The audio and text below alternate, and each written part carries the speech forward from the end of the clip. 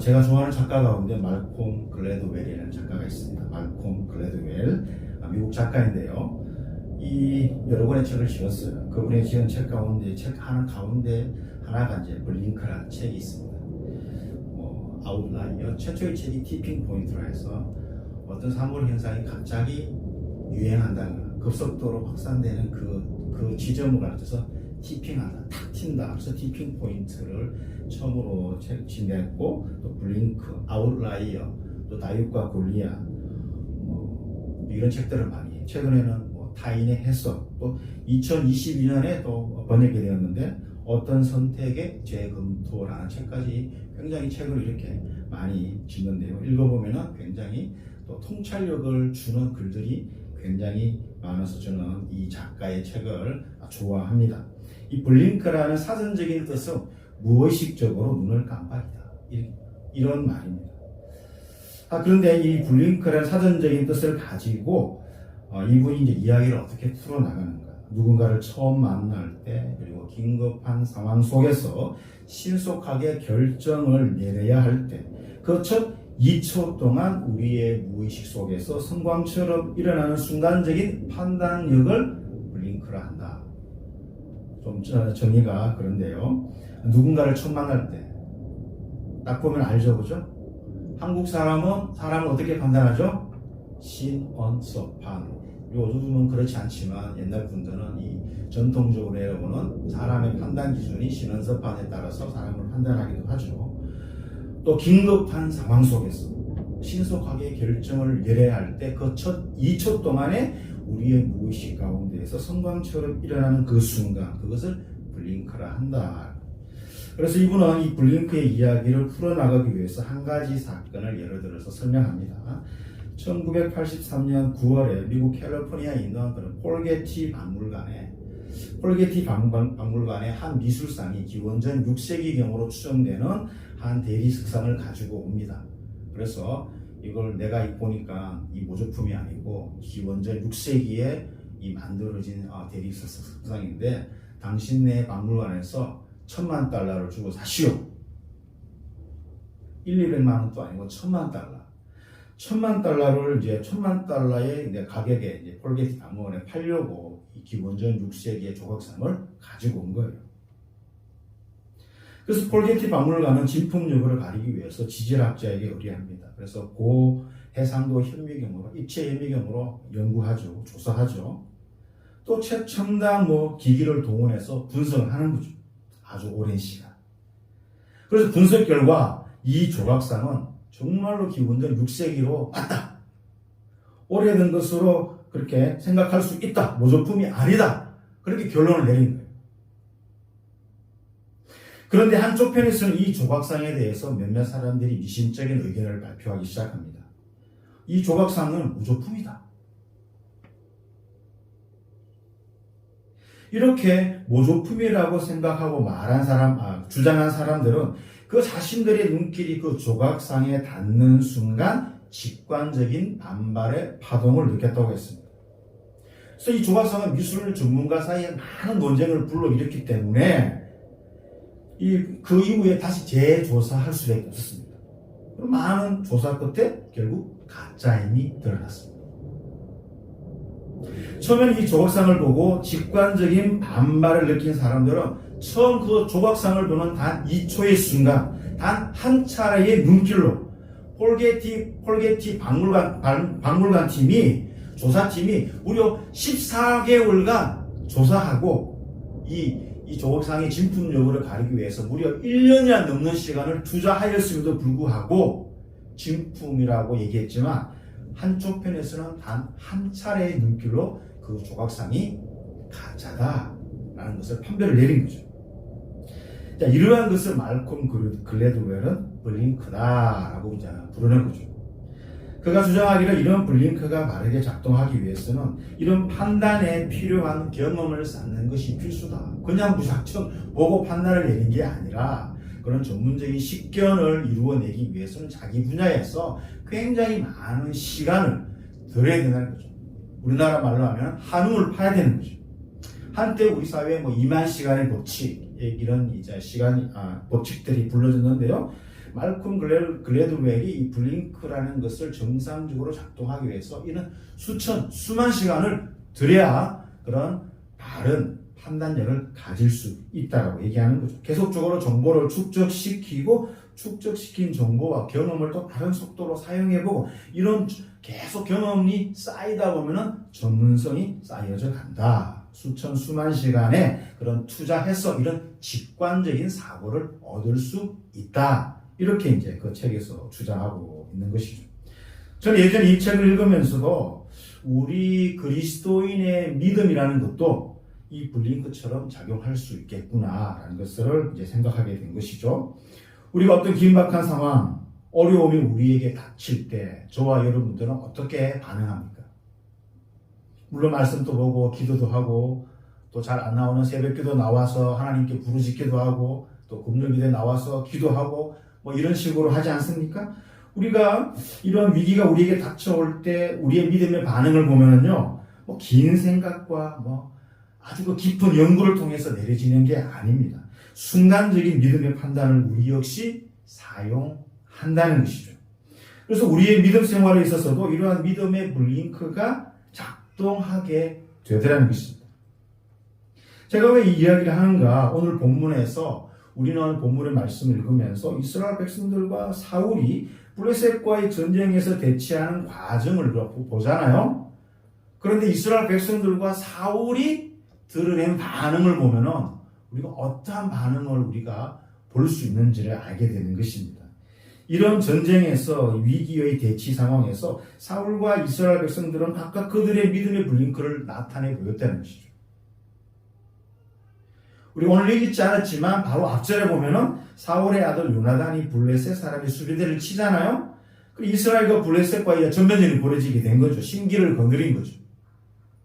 블레셋이 이제 엄청난 군사력을 동원해서 가뜩이나 이스라엘이 자기 눈에 가시지 않습니까? 이 블레셋이 결국은 오늘날 이 영어로 얘기하면 팔레스타인의 원류예요. 이 성경에서 얘기하는 이 블레셋이라는 단어는 팔레스타인과 같은 말이라는 거죠. 이 성경 역사 가운데 블레셋, 팔레스타인과 이스라엘 백성들하고는 수천 년의 역사의 그런 앙숙의 관계가 계속 이어져 내려오고 있다는 것이죠. 자, 사울은 기존의 3,000명의 군사 외에 이스라엘 전역에 나팔을 불어서 이제 군대를 소집했죠. 그런데 문제는 양 나라가 맞닥뜨리게 되면서 서로를 파악하게 되죠. 서로를 파악하게 되는 군사력이 있는 것이죠. 이스라엘 백성은 3,000명에서 출발해서 전국적으로 군사를 소집했지만 오늘 성경에는 이스라엘 군사력에 대해서 말을 하고 있잖아요. 정확하게. 뒤에 가면은 몇 명 남았더라는 그 말은 하고 있지만 전국에서 모집했는데 얼마나 모였는지를 말을 하고 있잖아요. 그런데 블레셋은 병거가 3만, 마병이 6천, 보병이 바다의 모래처럼 셀 수가 없었다. 이렇게 성경은 우리에게 말씀해주고 있어요. 그러니까 서로 맞닥뜨리는 그 양쪽의 군사력이 비교가 되잖아요. 그 순간 순식간에 이스라엘 진영에 응습하는 두려움. 이 두려움이 이스라엘 백성과 사울 왕에게 덮쳤다는 거죠. 전쟁이라는 위기의 상황에서 이스라엘이 보인 믿음의 블링크. 그러니까 이스라엘 군대죠. 이스라엘 군대가 보인 믿음의 블링크는 뭐였을까? 첫 번째 우리가 살펴볼 겁니다. 그리고 우리가 처한 위기의 순간에 우리가 보여야 할 믿음의 블링크는 그와는 반대로 어떻게 해야 되겠는가? 이것을 살펴보도록 하겠습니다. 첫 번째로 이스라엘 백성이 보인 믿음의 블링크는 절박함으로 인한 두려움이었습니다.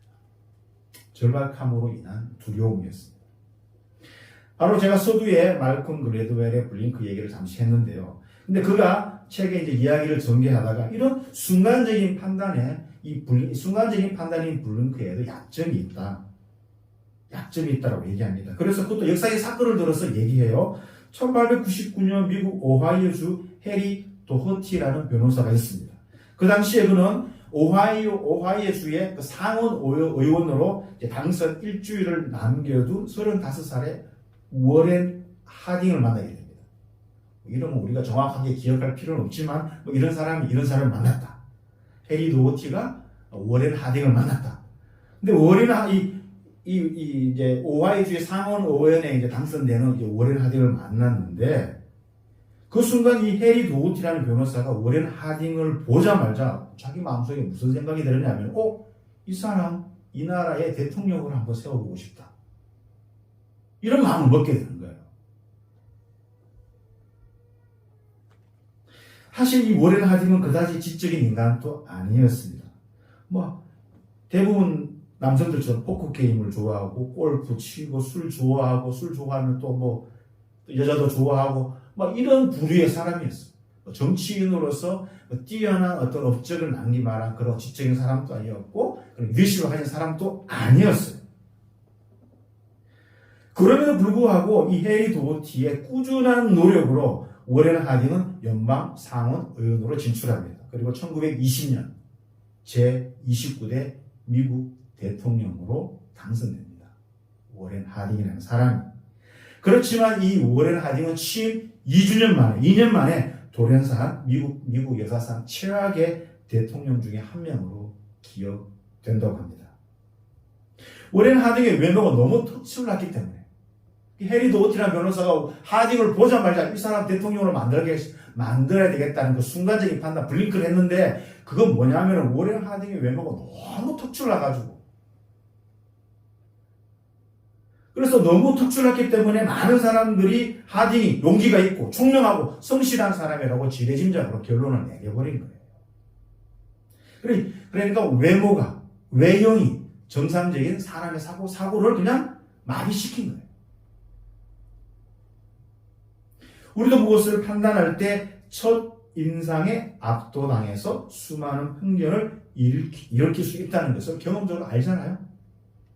그럼에도 불구하고 우리가 사람을 만날 때 항상 뭐에 굉장히 의존하죠? 첫 인상에 굉장히 우리가 의존하는. 근데 사람은 어떻게 알죠? 같이 일해보면서 사귀어봐야 그 사람의 진정한 면모를 아는 것이 이 진리입니다.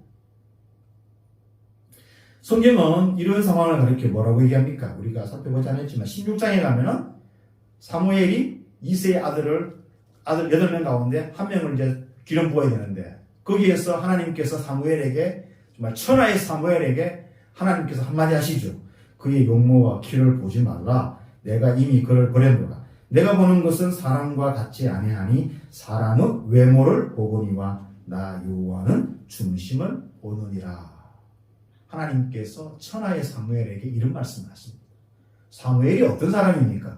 아주 어릴 때부터 하나님의 음성을 들으면서 죽기 직전까지 하나님의 음성을 듣고 그 일을 감당했던 이스라엘 역사상 가장 위대한 선지자의 반열 가운데 한 사람이었어요.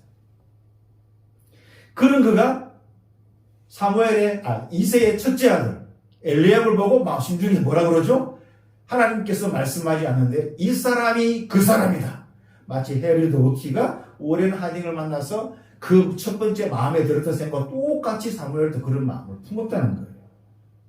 그래서 하나님이 한마디 하시잖아요. 사람은 외모를 보거니와 나 여호와는 중심을 본다. 그 뒤 사무엘은 일체 말을 하지 않습니다. 자기 판단을 내리지 않는다는 거죠. 하나님이 판단을 내리시기 전까지 사무엘은 침묵합니다. 자, 블레셋과 대치 상공으로 인해서 이스라엘 백성들 안에서 다양한 반응이 나오기 시작했습니다. 세 가지로 분류될 수 있는데요. 첫째로 이러한 상황을 판단해 보니까 매우 위급한 상황이고 절박했어요. 그래서 어떻게 했대 그러죠? 숨었다. 목숨을 부지하기 위해서 최선이라고 생각하는 자들이 숨는 것이 최선이다. 그래서 붙어봐야 성산이 없다라고 생각하고 자신의 목숨을 유지할 방법을 찾았어요. 굴, 수풀, 바위틈, 웅덩이, 숨을 만한 모조리 그런 틈만 있다면 숨었어요. 전쟁에서 싸움에서 피하려고 붙어봐야 성산이 없다는 것을 알았기 때문에. 두 번째로는 도망가는 자들이었습니다. 아주 현실적인 사람들이죠. 완전히 겁먹고 요단 강을 건너서 오늘 얘기하면은 강북에서 강남으로 건너갔다는 거예요. 이스라엘은 요단강을 건너서 이게 9개 반지파와 그리고 2개 반지파가 이렇게 요단강을 건너서 있잖아요. 두 지파 반지파가 있는 그 요단강 건너편으로 도망간 거예요. 셋째로 숨지도 못하고 도망가지 못한 사람들은 어떻게 했죠? 사울 왕과 함께 있었어요. 그 사람들이 몇 명? 600명. 3,000명의 사람들이 3,000명이 넘는 사람들이 다 도망가고 숨고 다 달아나 버렸는데 600명만 남았다. 근데 사울과 함께 있었지만 용감하게 사울의 곁에 있는 게 아니라 어떻게 하면서 두려워 떨면서 사울과 함께 있었다. 차마 도망가지 못하고 이스라엘 백성들은 숨든지 도망가든지 사울과 함께 있든지 간에 모두 블레셋 군대의 위험 앞에 겁먹어버린 거죠. 그들의 군사적 규모가 너무나 컸기 때문에 이 이스라엘은 블레셋의 첫인상이 완전히 압도당하고 말았어요. 그래 이스라엘에게는 뭐 전쟁을 안 해본, 전쟁을 뭐 처음 하는 겁니까? 바로 앞에 암몬과 전쟁하지 않았습니까? 사울이 이스라엘 백성들을 모아서 30만 명이나 되는 군인들을 모아서 암몬과 전쟁에서 하나님의 도우심으로 암몬을 박살내 그런 하나님의 도우심의 그런 은혜의 경험이 있어요. 전쟁의 경험. 그런 경험에도 불구하고 이 블레셋과의 그런 이 전쟁에서 서로 마주대하면서 그 하나님께서 베푸신 그 전쟁에 있어 승리의 경험은 잊어버리고 자기들에게 두려움이 밀려왔다는 것이죠.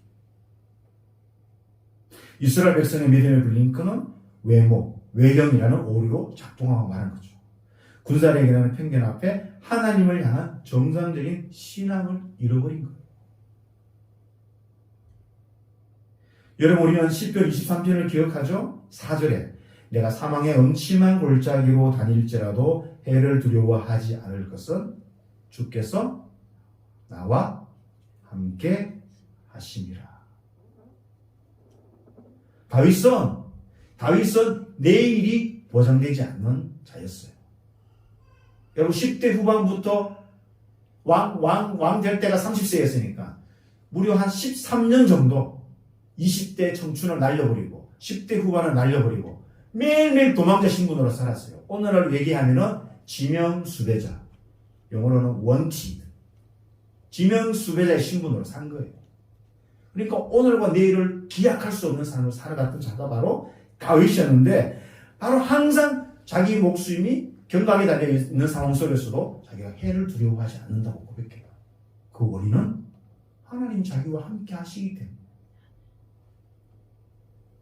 이런 절박함과 위급한 상황에서 우리가 보여야 할 믿음의 블링크는 살기 위해서 도망가거나 숨거나 두려워하는 것이 아니죠. 나와 함께 하시는 하나님을 기억하는 거죠. 예전에 배우가 집에 나와가지고 뭐 이런저런 얘기하다가 자기 어려운 얘기를 쭉 나누다가 어떤 사람이 당신에게 중요한 사람입니까? 정말 제가 인생을 겪어보니 정말 어려울 때 함께 있는 자가 굉장히 저한테 중요한 사람임을 알았습니다. 그런 얘기를 하는 것을 기억납니다. 여러분 나와 함께 하시는 하나님을 기억하는 것. 나와 계시는 하나님이 그걸 기억할 때 두렵지만 두렵지 않을 수 있게 되는 거예요. 어떻게 사람이 안 두려울 수 있습니까? 내일을 알 수 없는데. 저라고 안 두렵겠습니까? 저도 요즘요 몇 개월간 매일 이 두려움과 맞닥뜨립니다. 여러분 저는 제 신상에 대해서 잘 모르지만 제가 지금 교회에서 나와 있거든요. 그래서 이제 교회 또 앞으로 이제 교회에 또 이제 목회 사역을 감당하려고 또 이렇게 준비하는 과정 속에 있는데 저도 매일매일 내가 앞으로 목사로서의 삶을 계속 살아갈 수 있을까? 이런 어떤 두려움에 직면하면서 저도 살아갑니다. 매일매일 이 두려움과 하나님 주신 약속과의 싸움인 거죠. 그래서 마태복음 6장 그 말미에 나와 있는 내일 일어난 몰라요? 먼저 하나님 나라와 하나님의 의를 구하라. 그래야 이 모든 것을 내일이 되하시라. 그 앞에 내일 일을 걱정하지 말라. 내일 일은 내일이 걱정할 것이요. 내일 걱정을 오늘 할 필요가 없는 거죠. 오늘 걱정할 것도 힘겨운데 굳이 내일 걱정을 가지고 와서 오늘 걱정할 필요가 없다는 거죠. 우리는 내일이 되면 또 내일 걱정을 하면서 살아가는 존재들이기 때문에 그 오늘이라는 시간 속에 하나님께서 주신 약속의 말씀을 붙들고 두려움과 싸워 나가는 것이 바로 우리의 믿음의 삶이라는 거예요. 사랑하는 주사님께 성도 여러분, 우리가 살아가는 세상 똑같습니다. 블레셋 군대의 위험과 같은 상황을 늘 마주대하면서 살아갑니다. 우리 그리스도인들에게 있어서 세상 사람들은 블레셋 군대의 그런 위험과 같은 그런 세상과 마주대하면서 우리가 살아가고 있는 거예요. 거기서 우리가 무슨 힘이 있다고 그들과 맞짱을 뜰 수 있겠어요? 두려울 수밖에 없는 거죠. 그런데 왜 우리가 두려워하지 않는가? 그들보다 더 크신 하나님이 나의 하나님이시고 내가 너와 함께 하겠다라고 약속했기 때문에 그 하나님을 신뢰하는 거죠. 믿음은 신뢰의 싸움이에요. 신뢰하냐, 신뢰하지 못하냐, 그 싸움인 거예요. 우리의 믿음의 블링크가 두려움이 아니라 하나님이 나와 함께 하시기에 두려워하지 않는 것이 되어야 합니다. 그래서 저와 여러분이 두려움이 아니라 나와 함께 하시는 하나님이라는 믿음의 블링크를 하며 살아가는 저와 여러분 되시기를 주님 이름으로 축원합니다. 이 전쟁이라는 위기의 상황에서 두 번째 사울이 보인 믿음의 블링크. 두 번째가 정말 중요합니다. 사울이 보인 믿음의 블링크는 무엇이었을까요? 그리고 우리가 처한 위기의 순간에 우리가 보여야 할 믿음의 블링크는 어떻게 해야 되겠는가? 둘째로 사울이 보인 믿음의 블링크는 부득이함이었습니다. 부득이함. 성경 말씀 나오죠? 부득이해서 내가 그랬다고. 부득이함. 외행이라는 편견에 속아 그렇듯 믿음의 블링크를 작동한 이스라엘은 사울의 주의에서 멀어지기 시작한 거죠.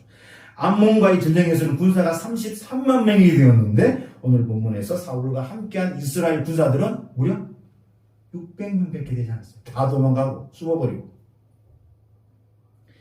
블레셋은 병거가 3만이요, 마병이 6천이고, 그리고 또 보병은 바다의 모래처럼 숫자가 셀 수 없을 만큼 많았다는 거잖아요. 어마어마하게 군사를 이끌고 왔다는 거잖아요. 그런데 사울은 블레셋과의 전쟁을 시작하기 전에 사무엘을 모시고 하나님 앞에 번제와 화목제를 드려야 됐어요.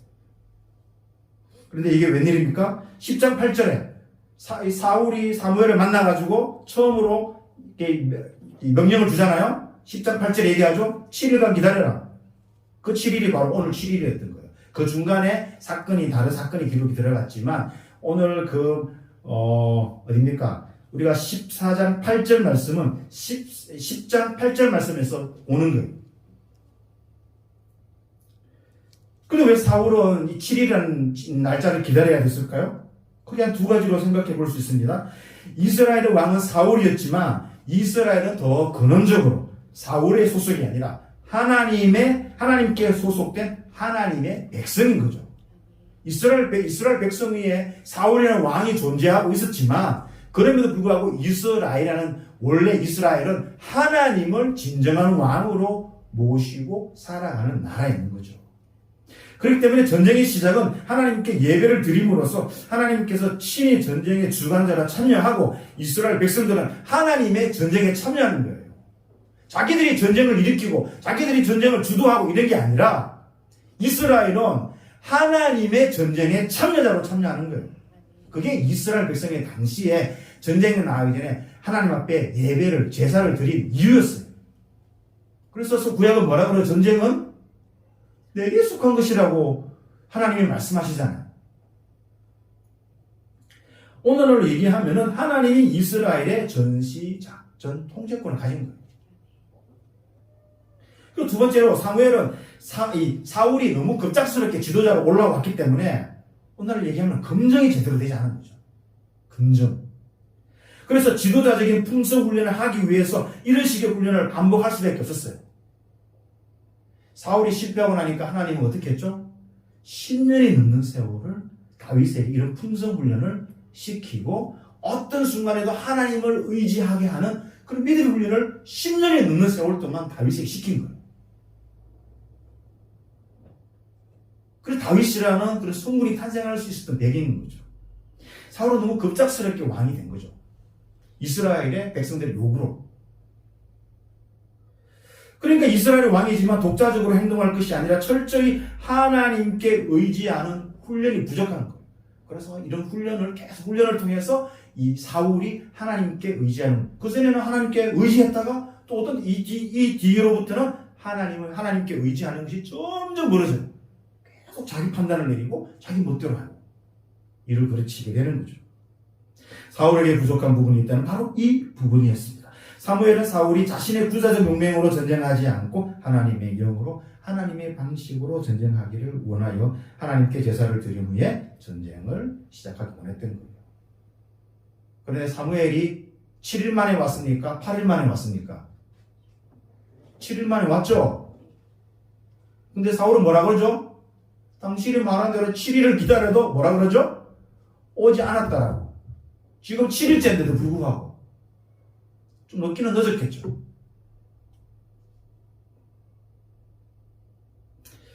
백성의 전의가 급격하게 상실되고 어렵게 모인 백성들도 전쟁도 시작하기 전에 흩어져 버리고 눈앞에 펼쳐진 상황 때문에 사울은 하나님의 약속 명령을 지키지 못한 거예요.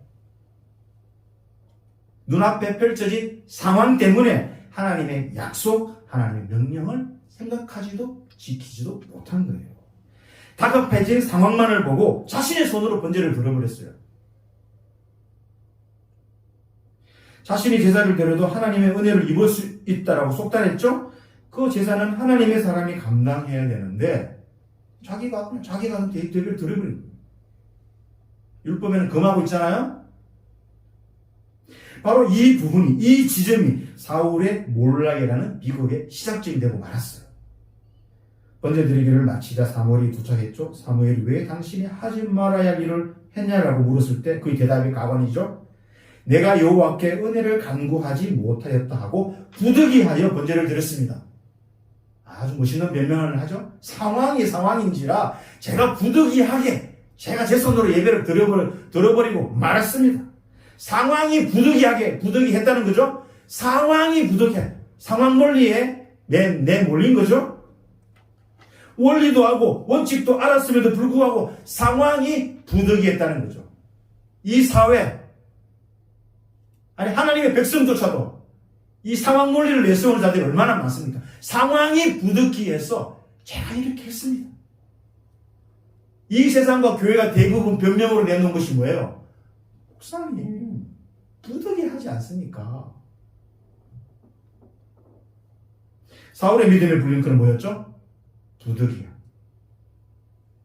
원리도 알고 원칙도 알았음에도 불구하고 상황이 부득이했다는 거죠. 이 부득이함이 뭘 뒤집어버린 거죠? 원칙을 뒤집어버리는 거예요. 하나님의 말씀을 뒤집어버리는 거예요. 하나님의 명령을 뒤집어버리는 거예요. 자신의 판단이 이스라엘 백성들처럼 상황에 압도되어 하나님의 사람, 사무엘의 명령, 즉 하나님의 명령을 어기는 꼴이 되고 마는 거죠. 예배를 어떻게 드리는 것도 중요하지만 예배를 드리는 것도 중요하지만 바른 원리로 드리는 것이 중요하다. 저나 여러분들이 하나님 앞에 예배를 드릴 때 바른 원리로 하나님 앞에 예배로 나아가는 것이 필요하다. 예수님이 말씀해 주셨고 사도 바울이 말씀해 주셨어요. 하나님은 영이시니 예배하는 자는 영과 진리로 예배를 드려라. 또 너희 몸을 살아있는 산제물로 하나님께 드려라. 이게 예배다. 이런 식으로 예배를 우리에게 말씀해 주셨어요. 근데 사울은 뭐예요? 자신이 친히 예배를 주관함으로써 전쟁을 스스로 시작하려는 의도가 있었기 때문에 하나님의 권위를 부인한 것과 마찬가지였어요. 아무리 위급한 상황에서도 하나님을 전적으로 의지하려는 믿음의 행위를 자기 스스로 버려버린 것이에요.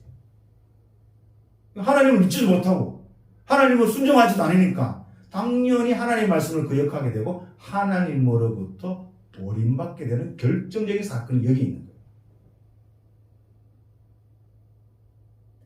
저와 여러분이 사울이었다면 사울과 별반 다르겠습니까? 아니 나는 끝까지 사무엘이 오기를 기다리겠다. 아마 대부분 사울처럼 행동할 겁니다. 그런데 우리는 사사기에서 기드온과 300용사를 기억하죠. 그들은 절대적인 수적인 열세 속에서 미디안 군사들과 싸워 승리했습니다. 그들은 상황이 부득이함으로 인한 믿음의 블링크를 작동시키지 않았습니다.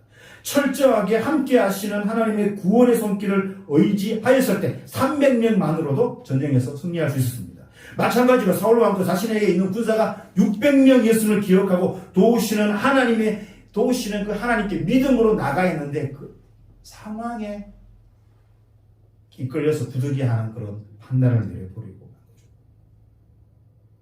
여러분, 아버지보다 더 뛰어난 인물이 있었는데 바로 14장에 누가 나오죠? 요나단이 나오죠. 요나단이 다시 하나님 앞에 무슨 말을 합니까? 하나님의 구원은 사람이 많고 적음에 달리지 아니했다라고 이렇게 얘기하고 두 사람이 가가지고 블레셋 수비대를 치는 이야기가 나옵니다. 놀라운 고백이죠? 여호와의 구원은 사람의 숫자에 적고 많음에 달리지 아니한다. 누가 하나님을 의지하고 믿음으로 나가느냐가 중요하다고. 그 믿음으로 나갔을 때 어떻게 하죠? 블레셋 수비대가 자기 앞에서 쥐리 멸렬적으로 쓰러지는 것을 경험하지 않습니까? 부득이함에 불린 그는 도처에서 우리를 유혹합니다. 이처럼 아무리 긴급한 상황 속에서도 부득이함이 우리 믿음의 불린 그를 이루어내는 것이 되어서는 안 되는 거죠. 이걸 변명이라고 하나님 앞에 그리고 또 믿음의 지체들에게 내놓아서는 안 된다는 거예요. 차라리 뭐가 중요하죠? 제가 잘못했습니다. 이게 중요한 거죠. 오늘날 세상 사람들과 그리스도인 가운데 가장 못하는 말이 뭔지 압니까? 제가 잘못했습니다. 이 한마디를 못해서 사람들 앞과 하나님 앞에서 점점 멀어지는 사람들이 나오고 있다. 자, 전쟁에는 위기의 상황에서 마지막으로 사무엘을 보인 믿음의 블링크입니다. 그리고 우리가 처한 위기의 순간에 우리가 보여야 할 믿음의 블링크는 어때야 되겠는가? 세 번째로 사무엘이 보인 믿음의 블링크는 전적인 순종이었어요. 전적인 순종. 사울이 드린 번제를 보고 그 자리에서 강한 의조로 말했습니다. 자신과 약속을 지키지 않은 것은 하나님의 명령을 지키지 아니한 것과 같다라고. 그리고 그의 행동이 망령되다고 규정했어요. 사진을 찾아보니까 망령은 늙거나 정신이 흐려서 말과 행동이 정상을 벗어난 상태라. 사울이 지금 하고 있는 이 행동이 뭐죠? 정상에서 벗어났다는 거예요.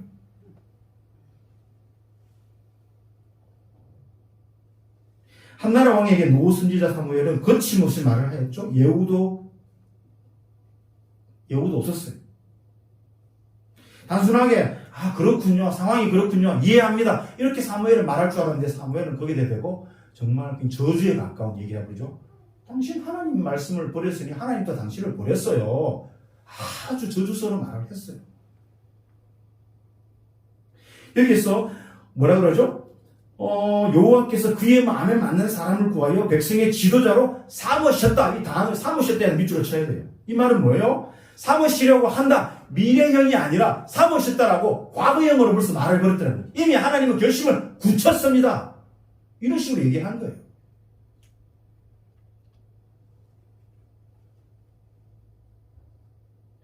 사울의 인간 중심적인 전쟁이는 하나님의 전쟁의 걸림돌이 된 것이죠. 사울은 바로 그 지점을 지적하면서 사울의 행위는 하나님께 치명적인 행위임을 알려주시는 거예요. 사무엘은 하나님의 관점으로 사태를 파악했고 하나님의 관점으로 사울을 질책했습니다. 자기 생각대로 질책한 게 아니라 하나님의 관점으로 상황을 파악하고 하나님의 관점으로 사울을 질책한 거죠. 모두가 위급한 상황에서 절박한 행동과 부득이함을 내세워 하나님의 백성으로 바르게 행동하지 못하는 그때에 사무엘은 하나님의 시각으로 그러한 상황이 왜 잘못됐는지를 깨닫게 해주고 있다는 것입니다. 그렇다면 사무엘은 어떻게 하나님의 말씀에 전적인 순종의 믿음의 블링크를 계속 그렇게 할 수 있을까? 이스라엘 백성들과 사울과 달리 그것은 그가 어릴 때부터 하나님의 음성을 듣는 훈련을 했는 거죠. 정말 제사장 엘리가 사무엘에게 남겨준 유일한 영적 유산이 뭔지 아십니까? 하나님이 부르실 때 내 주님 말씀하옵소서 주의 종이 듣겠습니다. 그 한마디를 사무엘에게 가르쳐주고 엘리는 죽습니다. 나중에. 엘리가 유일하게 어린 사무엘에게 물려준 영적 유산. 주님 말씀하옵소서 주의 종이 듣겠습니다. 이 한마디였어요. 엘리도 예전에 영적으로 건강할 때 하나님부터 음성을 많이 듣고 순종했던 경험이 있기 때문에 그걸 자기가 물려준 거예요. 3번이나 같은 반복되는 상황 속에서 그걸 보고 이건 하나님이 부르셨구나. 그걸 가르쳐 주는 거죠. 처음에는 엘리 제사장이 가르쳐 주었지만 그는 평생 하나님의 말씀을 듣고 순종하고 이스라엘 백성에게 전달하고 가르치는 일을 감당하였죠. 사무엘의 믿음의 불린 그는 하나님의 말씀에 순종함으로 나타나요. 그래서 그는 뭐라고 얘기하죠? 순종이 제사보다 낫다라는 말을 한 거예요. 사랑하는 주사랑교회 성도 여러분, 우리가 하나님의 말씀에 전적으로 순종하기 위해서 하나님의 말씀을 지속적으로 묵상하는 훈련을 해야 됩니다. 하나님 말씀이니까 하나님 말씀 듣는 훈련을 해야 되죠. 읽거나 묵상하거나 이걸 매일매일 해야 되는 거죠. 매일의 양식. 이스라엘 백성들이 광야에서 매일의 만나를 먹은 것처럼 우리가 매일매일 하나님 말씀에 영적인 만나의 말씀을 매일매일 먹고 섭취하는 훈련을 해야 되는 거죠. 여러분 매일매일 밥은 먹고 살 수 있습니까? 세상의 관점은 이미 넘칠 대로 넘쳐나고 있습니다. 이 시대에 하나님의 관점으로 무장한 주의 백성들이 이 시대에 필요합니다.